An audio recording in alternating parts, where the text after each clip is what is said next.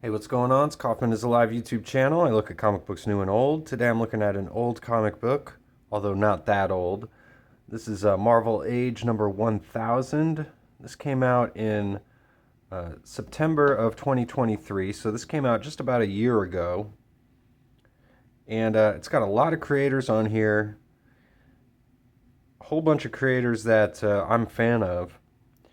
It was a $9.99 book. It's an anthology book. Lots of pages here, lots of stories. I'm dubious about picking up these anthology books that Marvel puts out. They seem to put them out a couple times a year. There was Marvel Comics 1000. I think they did Amazing Fantasy 1000. And then they decided to put this one out. And there's a letter here in the back by Tom Brevoort, who is the editor-in-chief. Still is, and at the time of this he was. Just talking about those previous comics that I just mentioned and how he thought this would be a good idea. And he tried to cultivate some of the best creators to come on here and just talk about some of the original Marvel stories from the 60s. And he was talking about how he wants them to write stories about not just action, but also the humanity and relatability of the characters. And in this letter, he also talks about the Marvel value stamps that they used to put in comics back in the 70s. And so they kind of have a little homage to that here at the bottom with all these little Marvel stamps.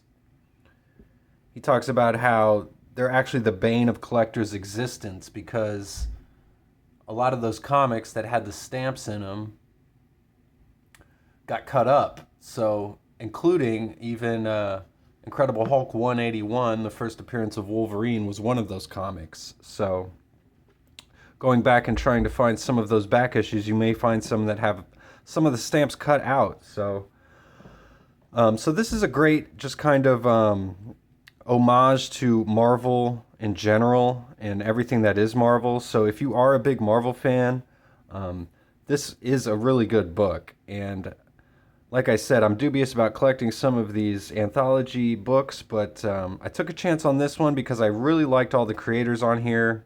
Not all of them, but I'm a fan of a lot of them. Mike Allred, Kari Andrews, Alessandro Cappuccio, Adam Kubert, Pepe Larraz. Got Ryan Stegman on here. Steve McNiven, so Jason Aaron, Mark Waid. So lots of prolific creators all on this book doing different stories. And I got a George Perez variant cover here with Captain Marvel on the front. And this came out right after George Perez passed away too. So I really liked picking up this George Perez cover that he did. He's got his signature on here. He's got it. It says it's from '08. So this looks like an older image an older drawing of his that they've kind of repurposed for the cover. Maybe it's one that was never released before. I'm not really sure. But a solid drawing there of Captain Marvel. And he does make an appearance in this book, so that's pretty cool.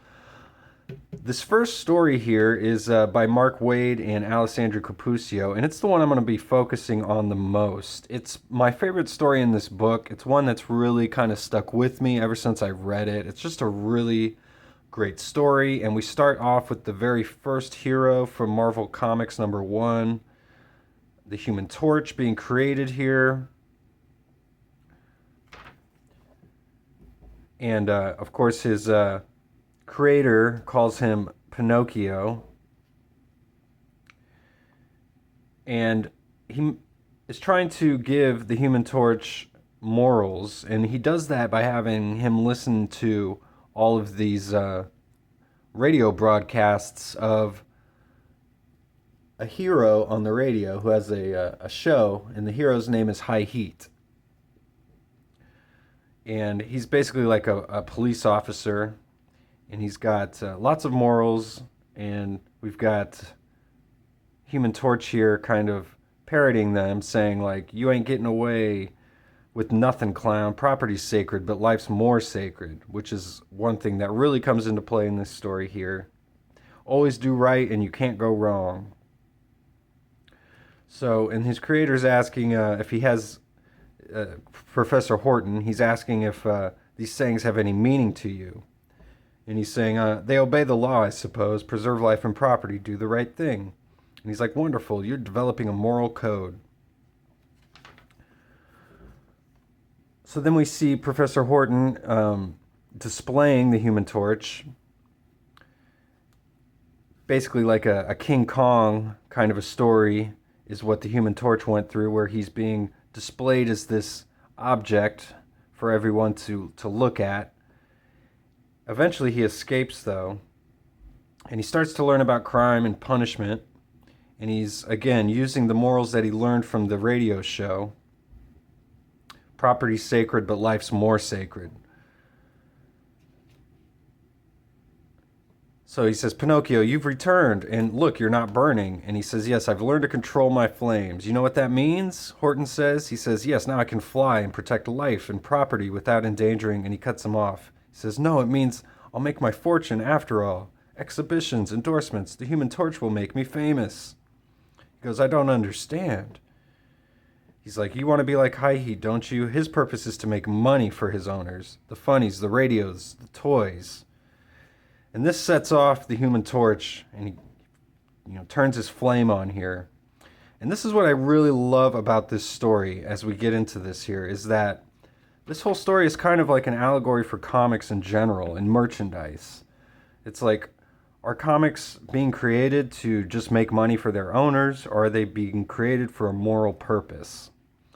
And that's the whole story that's being told here, as Human Torch is figuring out that humans are flawed, and even though, yes, they do create things that have a good, like, moral value, eventually they can succumb to greed and just try and make money off of it.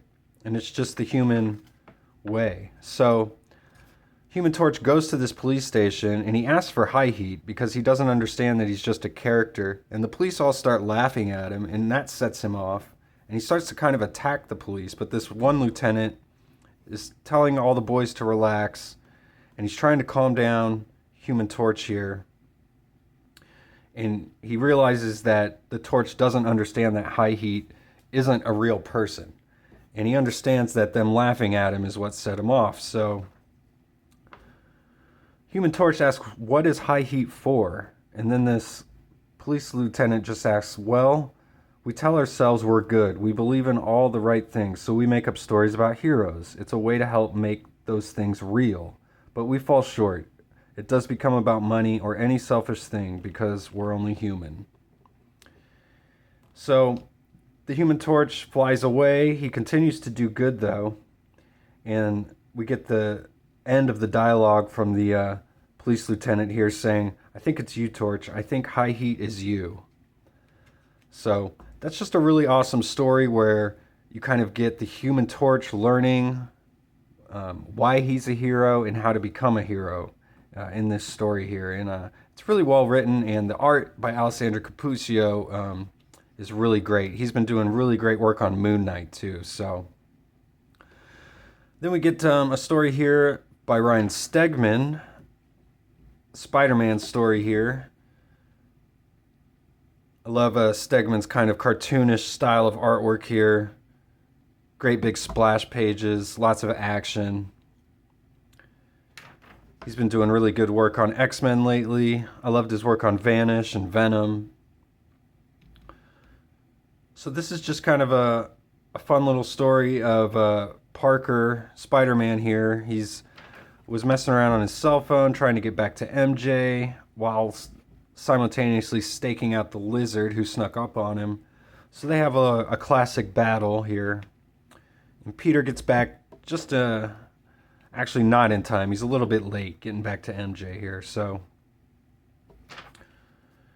but Peter's just basically grateful for all of his friends and everybody who's in his life. And we get a nice little selfie picture of everybody in Peter's life there at the end. Not as good as the first story, but some good artwork in there. Then we get an X-Men story here by Rainbow Roel and Margaret Savage. And It's a story from the early days of the X-Men. Jean Grey's just joined the team. Of course, she's there with just all the boys, and she's kind of unsure about what's going on. She's kind of alone, but she meets Scott, and this whole story is basically just about Jean and Scott's blossoming relationship here.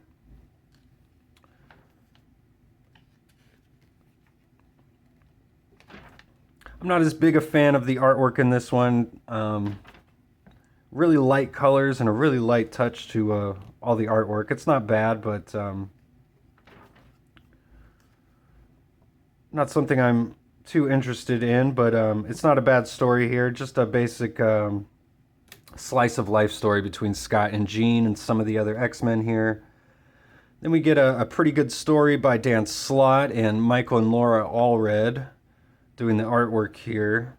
So we get Captain Marvel. This is the original Captain Marvel, Captain Marvel. And we've got Supremor here is telling him he needs to stop the launch of this missile that the humans are launching because it could just disrupt the spaceways. And Captain Marvel doesn't understand. He thinks the humans are harmless, but the Supremor explains how are they harmless. We've got the unparalleled minds of Reed Richards, Tony Starks, and he just goes through all the heroes and why you should fear them, why Marvel should fear them. So we get the rocket taken off here. And Michael Allred is the artist from Madman. If you don't know his work or are familiar with his work, he also did Ecstatics and The Excellent as part of the X-Men line. He's done a lot of other stuff too. But he's got that kind of throwback style. It's almost a campy style to all of his artwork. A very unique style unto his own for sure. So Marvel, he tries to trick these fighter jets into actually shooting the missile for him, so he doesn't actually have to take the blame, even though that was all part of his plan to get this missile destroyed. And then he finds out the only thing that was inside of there, we get to Carol Danvers explaining to him here that it was just music and, parts of human history that were just being sent into space as kind of a lifeline to any life that could be out there. And Marvel actually gets to listen to some of it, and it makes him cry. And then he starts to wonder what other wonders this world might possess. So this is kind of the origin of Marvel and why he began to, help the humans and become a part of humanity. So then we get some great artwork here by Adam Kubert drawing a Daredevil story. There's not too much to this story. It's basically just Daredevil discovering he has tinnitus. And because he's got the super sensory hearing and senses, it's kind of driving him nuts. And in the end, the doctor just tells him he needs to stop being so stressed out and it'll go away. So then we get some really awesome art here by Steve McNiven on the story and the art here.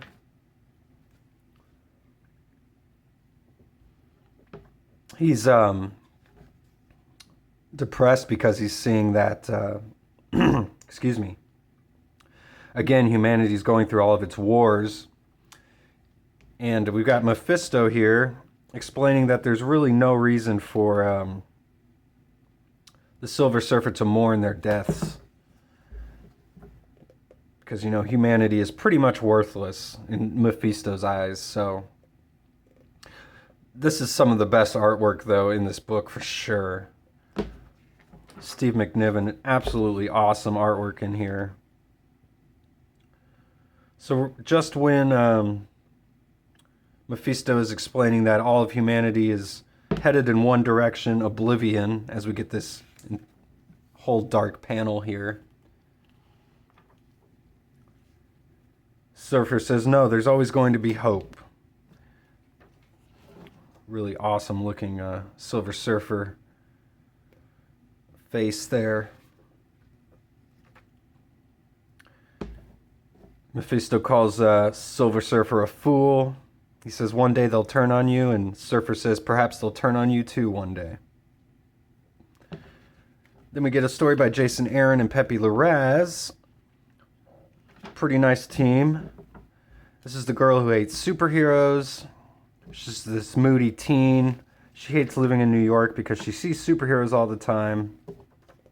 Awesome page here.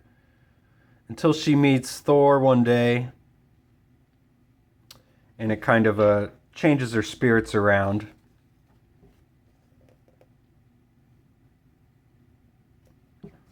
That's pretty much all there is to this story here. Get the Pepe Larraz O face that's in every book that he draws, I swear. And the final story here is, it says Observations from the Backyard. J. Michael Straczynski is the writer. Kari Andrews is the artist here.